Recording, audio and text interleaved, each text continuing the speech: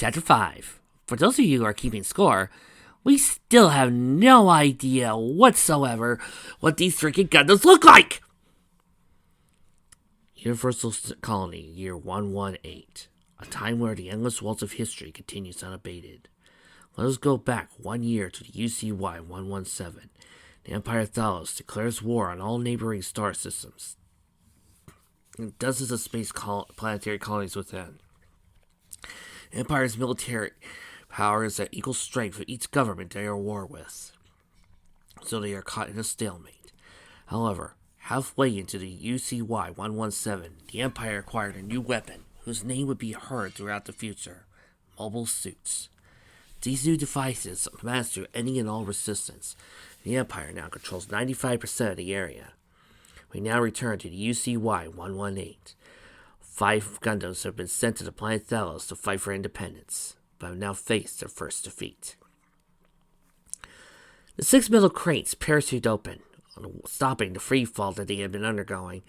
Parachutes have been made of a thick material to assure enough strength for the crates were extremely large and heavy. The wind carried the crates down, landing them softly on the ground next to the entrance of the cave where the 5 Gundam pilots hid. Iron lit a cigarette in his mouth and put the lighter back into his pocket, let some of the smoke out of the side. Then grabbed onto it with 2 fingers and pulled it out of his mouth, letting the rest of the smoke out. About damn time these things got here. Well, it took us a day just to get all the right encryptions plugged into our emergency message, so Thalos couldn't track it or decode the message. Another 2 days for them to work out a way to drop the supplies down to us. Can you believe them? Well, all I know is that there's a large pack of cigarettes with my name on it. Dan rolled his eyes, and Canelo giggled slightly. 4 days ago, the pilots attempted to hold a siege against the city of Quaistia in order to help a resistance force on colony, but had failed when a Gundam under control of the Empire attacked them. Most of the Gundams had been severely damaged and desperately needed repairs. Canelo gave a crowbar over to Edmund, who walked up to the first crate, inserted the crowbar underneath the top latch, and pushed with all his force, prying the container open. He looked inside for a moment and pulled out a computer display. It seems our new orders are coming in with a resupply. Edmund turned on the display, a text message on it. We have acknowledged your mission report. Included in the crates are 1, 2, and 3 are replacement parts and tools needed to repair the Gundams. Crates 4, 5, and 6 contain food, medical supplies, and personal items. Cigarette City, here I come! Concerning the outcome of your last mission and current status, it has been decided to operate together as a full unit is counterproductive to the mission of guerrilla warfare against the Empire. Included are orders for new missions for each pilot. The orders to commence once repairs on the Gundam are completed. Melanie Daikin, your situation has come to our attention and offer a secure request about the destruction of LX-014. Melanie nodded, closing her eyes as he thought back to the home that had been obliterated by the Thalonian Empire. Because of your inexperience with the Gundam Jubilee, you are to accompany Den Ryu to the Outlands and Desert of the Northern Continent, begin training in the use of your Gundam. Den Ryu, you are to instruct Melanie on piloting the Gundam and basic combat skills. If you believe it necessary to instruct her further on more advanced techniques, please do so. Further orders shall be given through the use of a transmitter that is located in Crate 5. Dan smiled and turned to Melanie. Looks like you got a date with me after all. Melanie rolled her eyes. Canola Mozart, your colony says that you've been trained in espionage and infiltration techniques. Your mission is to hide your Gundam outside the town of Jericho and enlist in the Thalonian Empire. Your skills should easily get you into the Empire hierarchy. Report as much as you can through the use of a transmitter supplier in Crate 5. You know, this is really starting to make me think of Heavy Metal the game. And that's not a problem. You guys should go watch Heavy Metal. The anime, not the R-rated movie. It sucks. Aram Hashja, it has come to our attention that mobile suits belonging to the Empire are being tested in the ring of Thalos, composed of ice, rock, and numerous gases. You are to smuggle your Gundam into orbit, locate any new mobile suits and destroy them. Including your repair parts, are outfitted jet thrusters, allowing space combat. Iron side, great, as usual. I'm left with the tough stuff. Admin Shibumi, your piloting skills and combat techniques are flawless. You shall return to the mighty city of Quista and continue the siege. You find your best judgment that it's no longer possible to hold it. You are authorized to level the city in order to halt production of supplies for the Empire. Goodbye and good luck to all of you. Well, you heard the message. Let's get to work, people. Edmund ignored the small trees, plants, and animals that were crushed underneath Gallant's feet as they walked through the forest, looking at a small hill, looking at the south of the city of Questa. Last time he been at Questa, the Ultron Gundam used this forest to get Gallant and the other Gundams. The fight had been brief, resulting in the first defeat of the pilots, and Edmund did not like to lose. Gallant pulled from his back a grenade launcher. Attached to it was a small device used to extend its range. Within Gallant, Edmund positioned the launcher at the correct angle so its target starts to turn red. He pulled the trigger in the cockpit of his Gundam. Once he engaged the trigger for the grenade launcher, 3 grenades shot out, traveling at incredible velocity as it hit the target Edmund aimed for. The main storehouse for the minerals and supplies, which had several mobile suits within guarding it. 3 explosives seemed to be overkill, considering the first grenade blew more than half the tower up in a large pillar of fire. He pulled a lever on the launcher, emptying casting a grenade and recocked it, filling another 3 grenades into the launcher. He aimed once again, this time at the spaceport that had 4 transports on the ground, and they could see people fleeing for terror from the explosion that occurred at the tower. It didn't much care. He lost only 2 grenades this time, giving a slight difference in vector when he lost the second one. The first explosion created a brief wave of fire that engulfed the fleeing, panicking people. It set 3 of the transport ships in the air.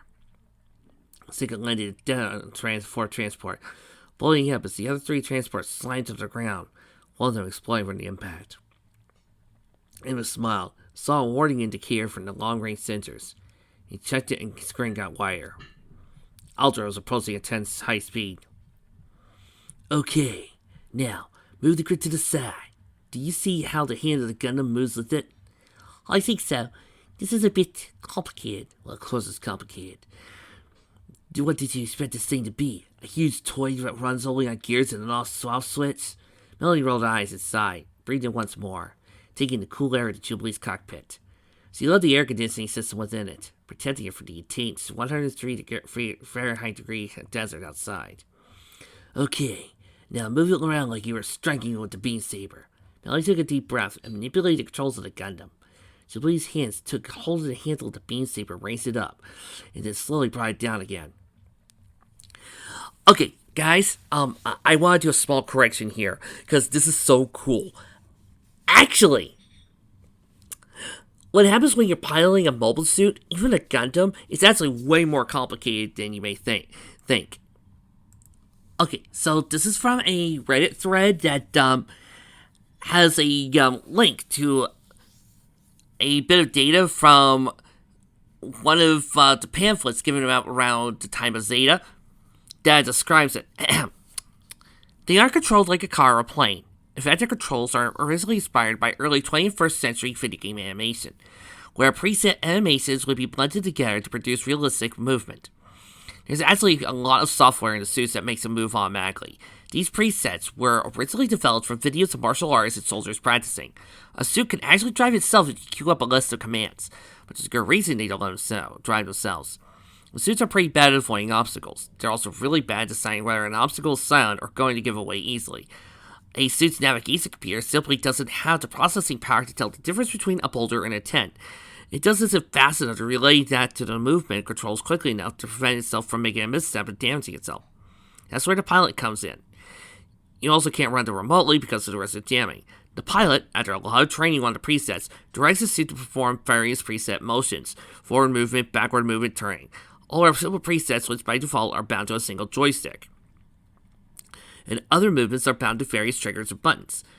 The genius of suit design is that any pilot can overwrite any preset movement or adjust parts of the movement to move how he desires. This is facilitated by having the pilot cue the desired preset, then use his console to select a joint or a set of joints to move as he desires with a thumbstick or several thumbsticks. Pilots can also blend 2 movements together, averaging on an impulse on each joint or set of joints. Similar to how video games will blend upper body and lower body animations to make walking while looking shooting nice. While training, a pilot can queue up a customized movement in a quarter of a second, fast enough to step over an obstacle, duck under an overhang, or reposition a melee attack to land on the exact target. Obviously, this requires a bit of planning too. In combat, most pilots will keep several modified commands in the ready to queue at any time so they can react whenever it's needed. Experienced pilots will record themselves to create their own custom set of movements to get fire controls. So it's kind of like when you're sitting in a mobile suit, kind of like in the, well, one of those really cool arcade cabinets where you got to sit down and you had a controller in one hand and you could actually start playing and act like you were a fighter. Especially Afterburner. God, I love that game. It's kind of like that. Very good. Maybe we should try mock combat between us. I don't think so. This is still pretty new to me, and we just repaired our Gundams for the last battle we fought. Don't have some kind of accident and be forced to repair them again. Yeah, I guess you're right. What do you think the others are doing? I try not to think about. They're capable pilots, know what they're doing. Well, I can't help but be concerned, especially Edmund. I mean, the 5 of us couldn't take that city, so what chances does he have alone? Probably a lot better chance. Hell, he's probably treating it like some vacation. Edmund growled, while he clip after clip of the Vulcans on the Gallant's head of the Galtron. Evaded each shot. Ultron slowed to a stop as Gallant's ammo ran out. Edmund narrowed his eyes and saw Ultron shooting both of the dragon claws over his arms at the wrist of the Gallant. Edmund slammed his down under the upward thrust control and shot into the air. He grated his teeth as a sudden inertia sent him against the seat of the Gallant. 2 claws missed the Gallant by an inch. Why do mobile suits never have seatbelts? Gallant pulled his beam rifle from its back and aimed at the Ultron. He saw 2 blasts at the Gundam as his claws were retracting. They both hit the Ultron's torso, knocking it back a few meters. Edmund checked the readings from his scans. Definitely a slight decrease in the strength of the Ultron's armory. He smiled, already formulating a new strategy against his opponent. Ultron's jets lit up as it raced to incredible speed towards the Gallant. Gallant landed on the ground again, aiming its beam rifle and opening fire again. Ultron would easily evade each shot just by moving to the right or left. After 12 shots at that, the energy supply dried up at the beam rifle. The Ultron was about to overtake the Gallant. Ultron pulled its beam train from its back and immediately sparked to life. Edmund slammed his hand down on the upward thrust again, bracing himself this time for the inertia. Get his hand on a button again to gain maximum height. Looked down to see the Ultron aiming the dragon claws at the Gallant again. Edmund pushed a sequence of buttons, and the Gallant shifted and twisted its parts, turning into his Wave Rider mode. Okay. That's right. The Gallant is the Zeta. Okay. That's 1 down. What about the others, Vic? Engines lit up, setting in the circles above the Ultron. Launched its dragon claws. Gallant shifted down, letting momentum carry away. He brought his beam rifle to the top. Immediately, he transferred power away from the main life support, environmental systems, and pointed to the rifle. He fired again, 3 shots slamming on one of the claws. The focus energy of 3 shots was enough to break the gadanium alloy and slice the dragon claw of its metal tendril. The other claw came racing at Gallant, and Edmund immediately veered to a hard right, nearly missing the claw. Edmund took aim again, firing another 3 blasts of the rifle at the other claw. This time hitting the claw itself instead of the tendril. 3 shots detonated into the spear of fire, obliterating it. Both tendrils repeated back to the Ultron. Gallant turned to glide him down at the Ultron, was preparing to block with his trident. Wave Rider turned to twist his parts, converting back to his main mobile suit mode. Gallant pulled a beam saber off his back and held it in his hand. Gallant slammed the beam saber down his trident, forcing the energy against the pure metal. With Ultron, Maria, Empress of the Italian Empire smiled with delight, marveling at the power of the Gundams he had purchased his off of Clark Axum. However, that marvel immediately turned to fear when she saw Gallant racing behind his back with his other hand, grabbing another beam saber. She gasped as Gallant slammed the air as the end of the beam saber into the stomach of the Ultron. Maria gritted her teeth as warning signs flashed around her, immediately slammed her hand down the emergency ejection system she put inside the Ultron. Let's see, stomach, really close. Yeah, she should be feeling the heat by now. After Gallant pulled his beam saber out of the Ultron, the front plate of the Ultron blasted off, and Edmund saw the cockpit of the Gundam fly away from the 2 mobile suits. Edmund ignoring it, knowing that he would have another opportunity someday to deal with that pilot. Shortly afterwards, Ultron was accompanied by a bright light, exploding from the energy that sliced through it. Gallant was caught in it, but the explosion did nothing more to scorch the armory a little. Edmund looked up at the nearby city of Quintessa. This place was far more trouble than it was worth. Gallon walked slowly to the streets of Quintessa, ignoring all the useless gunfire weapons that harmlessly exploded off the goddamn armoring that protected itself. And within a gallon, Edmund checked the coordinates he was at. Saw he was very similar to Quintessa.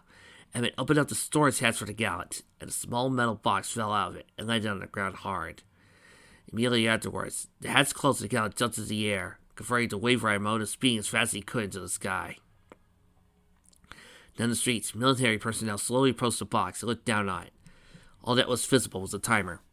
5, 4, 3. It's a bomb! 2, 1.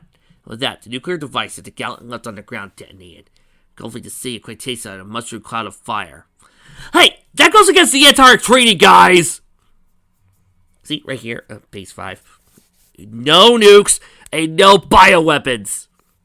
Yeah, but how many times have we seen them abuse that rule? A lot. And up in the wave wire, Edmund Sabuni smiled. Mission accomplished.